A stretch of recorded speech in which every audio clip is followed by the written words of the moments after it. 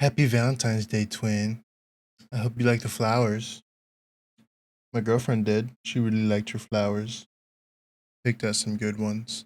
They're going to be in the background there, so enjoy them as they are there. Let us begin.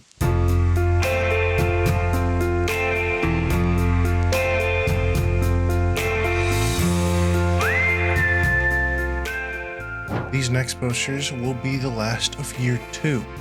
And to close out the year, I think is pretty strong. At least the first 2 that we're going to be showing here are very strong, in my opinion. While the last one is not as strong, but I think it was pretty funny because, I literally ran out of ideas to kind of close out the year and motivation. But we still get to look at them all, so let's begin. So here we get to see the Red X poster. And if you're not familiar with Red X, please go look at a Teen Titans comic. He's a super cool character. The mask is worn by a couple different people, so if you want to try to find them all, go ahead. But this actually comes from another photography poster that I had that pretty much had a very old medieval style. I forget where I put the inspiration, but it has this very, like you can see here, very stipply style. Makes it look like it's very just grainy, and I thought it was super cool to also just take it down to minimal colors with like the blue, the white, and of course you can see my logo in here. I did that for just copyright reasons and pretty much putting subtle little watermarks and everything. It's scattered throughout the poster, so I won't reveal too much, but we have a "Who are you?" question right above this light with Red X looking down on it. I put the X here as an emphasis because when I remove it, it's kind of just very dark like that. And I thought it would look good like that to be more ominous, but I added the X so I could change it up a little bit so it also brings your focus towards that X. And the same red is used throughout the entire thing, showcasing just Red X as a character, like I've been saying. But this came from a photography shoot that I did back in, I believe, photography 1 in college. And it was Halloween time, and we were able to wear costumes to class. And someone had brought their Red X cosplay and was sitting down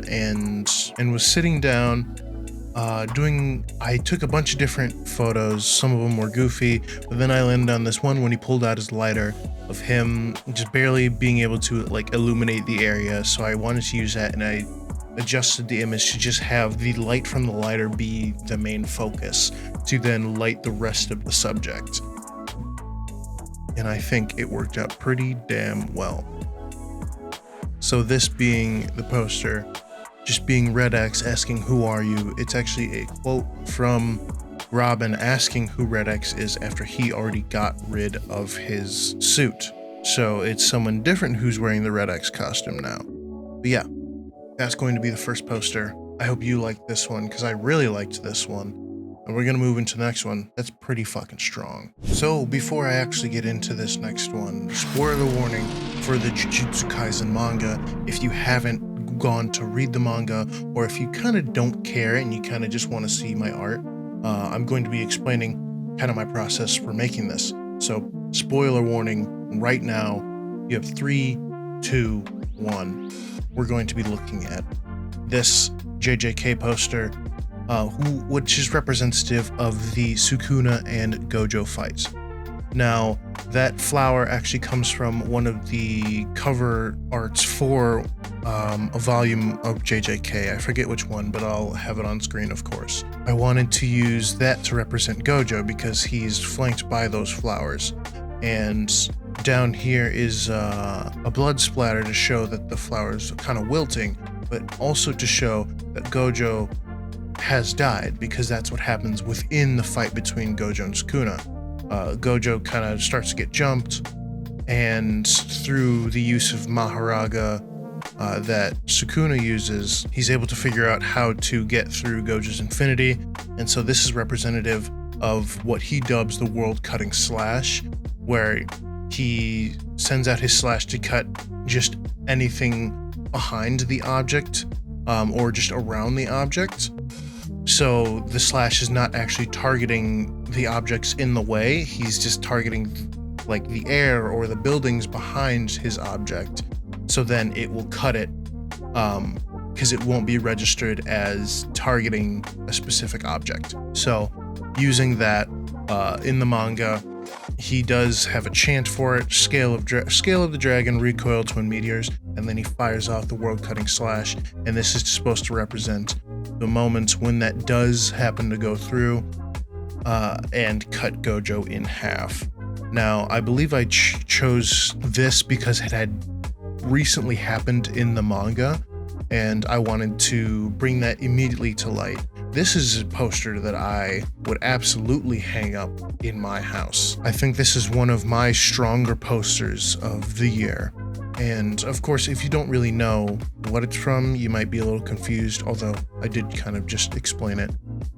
And the process for me even making this was super fun to do, taking those word bubbles straight from the manga itself, using that slash with the blood splatter is also from the manga, also using the flower and then the blood on the ground is also from the manga, using just elements that's already from the manga and creating a composition that is new but also tells a story. So it's kind of morbid, but I really enjoyed this poster. Again, if you kind of just didn't listen to me and were spoiled, or if you don't care, well, there you go. Now you know kind of what happens, and I hope you enjoyed this one, because I know I really enjoyed making this one. So yeah, with that all being said, we get to move into the last poster of year 2, which is, it's alright. And for our last poster of year 2, we have something that I just dubbed a bad idea. And now, this is something that kind of just happens with artists. Like, you might get a bad idea, like if you're drawing traditionally, you might just crumple up your piece of paper, toss it away. I went for that kind of trope, and I was able to just add that crumpled piece of paper right in the middle with the bad idea in the background. This one, super simple with our inspiration. I don't know why I didn't have inspiration last one, but I had this one having a ball right in the middle here, and with the crumpled piece of paper kind of happening around it. I wanted to do that kind of texture again, but after pretty much running really low on time and not getting any good ideas and really just giving up for the last day, I was kinda at my wit's end for year 2. I was just super busy, and this is what came out of it right at the end. I just wanted to go, bad idea, because at the time I was just like, wow, this is a terrible idea to be doing this late, and I don't have any good ideas, so it's a bad idea. But yeah, that's going to be the last poster of year 2. Next week, we actually get to start year 3 of 30 Days of Design. And once we finish year 3, we get to be all caught up with these posters, and then we get to just prepare for next year. Of course, I'm going to be releasing videos in the meantime, just showing different pieces of art that I've done that aren't from 30 Days of Design. Now, of course, in year 3, like I've said in the past, we get to explore some other artists' work, as they were actually able to take part in 30 Days of Design in year 3. And I can't wait for you guys to see the interviews as we go through them. So yeah, that's going to be all from me this week.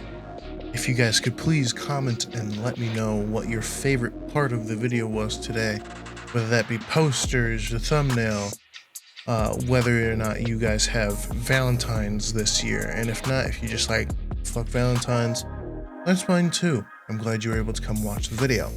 But yeah, like the video, subscribe, do all that junk. And I'll see you guys later. Love you guys, and happy Valentine's Day, and goodbye.